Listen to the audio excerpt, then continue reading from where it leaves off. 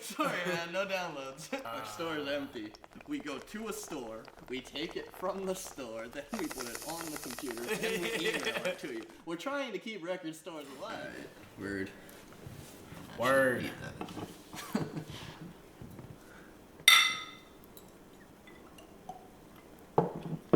Welcome back to another episode of Local Band Smokeout Canada. I'm Devin. And I'm Steve. And, which one are we starting with, Steve? We didn't actually discuss that. We're starting with American Standards. American Standards. All right, second American submission. Now, most Southern submission we've ever had. So, kind of stoked about that. And if you follow Local Band Smokeout, you would have seen that they've had an episode on there. I really enjoyed it. It's right up my alley. Yeah. So if you're into American Standards and you're in the Pheonix area, check them out. Would you say the name of the song was? What's it called? Not that one. The Burden of Being. Burden of Being. Yeah. And just from the other submission, from the other episode, what did you think the genre is? So I don't really know. Well, like on theirs, they've got, I wrote it down as chaotic hardcore punk. Okay. But that makes sense, actually. The thing with hardcore is, like, personally, I like hardcore rooted from 80s, like hardcore punk, whereas someone else might like hardcore rooted from more of like a metal style. So I find hardcore is one of the hardest genres to really peg down on what it is just by using a word like hardcore. So I like that they put in chaotic, because then it at least starts to give you an idea, okay, this isn't going to be like chaotic. It's not going to be like a simplistic, I don't know, what can I think of, Black Flag and those types of more straightforward hardcore bands, whereas you can tell, like, this one maybe, you know, some people don't enjoy the Alexis on Fire type of sound and those things, but I do enjoy the multiple singers, the harmonies, the crossing over of rhythms and stuff. I actually really enjoy those types of things, because it's wild and frantic, but I call it controlled chaos. So cool. So yeah, I mean, that's kind of what I would think of is, I mean, I'm not saying that this is Alexis on Fire sounding, because I don't think they are by any means, but I like that controlled chaos type of idea. Yeah. Gotcha. Yeah.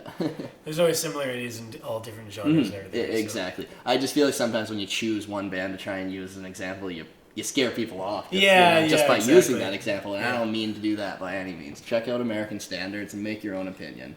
Yeah. So, Burden of Being. Yeah, this is off the album The Death of Rhythm and Blues, which is a pretty sweet yeah, I really enjoyed that title. All right, here we go. Yeah, spark it up.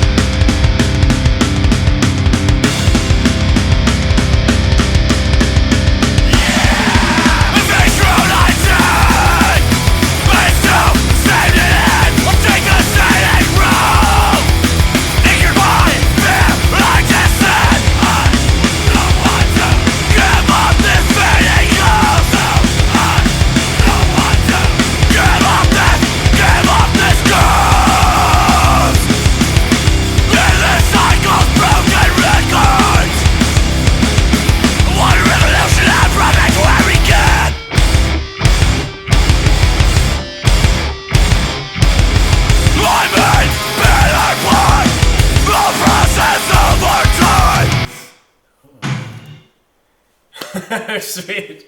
Short That was and sweet. Wow. Quite the abrupt ending. Yeah. Yeah. That was intense. Fuck yeah. Definitely started out pretty slow, but yeah. And we realized as the song was building, we're like, holy shit, this is actually kind of a short song because it's like half the song is just that it was still quiet kind of monologue. But I really enjoyed it. Like I was saying to Steve, when a vocalist does that, they're really putting themselves out there. Yeah. You know? Yeah. And with screaming type of vocals, you know, you're really putting yourself out there. Because I have a lot of respect for that, because it's like another language within itself.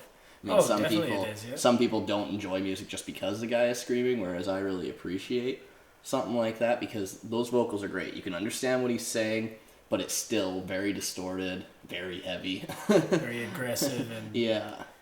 Sounds like you're right fucking pissed off. Yeah, but it's not so distorted in the way that you can't pick it out. Like, no, exactly. Like I would love to see you guys in a show, because that'd be a wicked song to get the crowd fired up. I mean, if you knew the lyrics, you're fucking chanting them out with them, and then the second those drums kick in, I can just see the house erupts. Everybody starts moshing. Yeah. Like, holy fuck, that was wicked. So let us know when you guys are coming up north, because for sure. I want to party with you guys. Yeah. And if you're in the Phoenix area, you enjoyed that, check them out. They got a lot of songs on their Bandcamp. They let us just choose whatever we wanted. We happened to choose a short and sweet one there, but I think that was pretty fucking sweet. Yeah, I would say so. Yeah, so find them on Bandcamp. It's American Standards, but it's American Standards. Where is that at? Sorry, I'm getting lost in my own writing. American Standards spelled STNDRDS. No A's in standards. .bandcamp.com. And Facebook.com, just American Standards. Nothing special about it. Says they were formerly of Victory Records, but I guess now they're doing it on their own. So that's really cool. They've been able to kind of make it to that level, and still they've chosen to. I mean, I guess like nowadays you can do a lot on your own. You don't have to be on a record label. I mean, even look at this. That's the point of this show. Yeah, exactly. I mean, I've always heard that it's you get more respect when you're doing everything on your own. Mm-hmm. You get places and people see that you're all doing it yourself, and they're like, "Damn, man, you guys are working hard."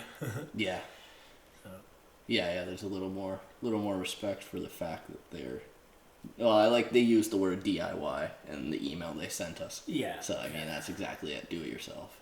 Well, that's it for American Standards episode. Always got to shout out Smoke Zone every time, because they're wicked. Always getting us new deals, and stay tuned. We'll have more giveaways now that I don't have the nice bong anymore. But I'll be talking to John and the guys at Smoke Zone, and we'll be working on more giveaways. Yeah. Also, I've got this Shobocon t-shirt. Shobocon. I don't know. I'll try and say it different every time. But I wasn't even there, man, and I got it. I don't know. I find it hilarious because it's like it's their own word, but I just say it with my own way of looking at a word and saying it. And I can't help myself. It's how I say it every time. But I was just saying I've got this one on, and they gave us a couple more shirts, CDs, and stuff. So we definitely want to give those away. So I was thinking, just when we put this episode out, whoever watches it and hears that I say, whoever says they want a shirt, put that in the comments. Email us. Just let us know. First person who tells us they want that shirt, they get that shirt. It's not the one I'm wearing. We got another one, so don't worry. But I figured that's the easiest way.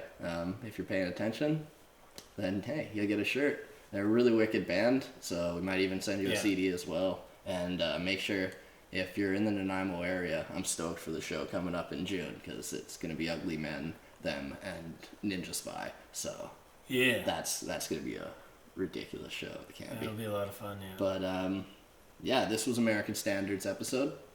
So. And as always, a shout out to John Holden at Junkhead.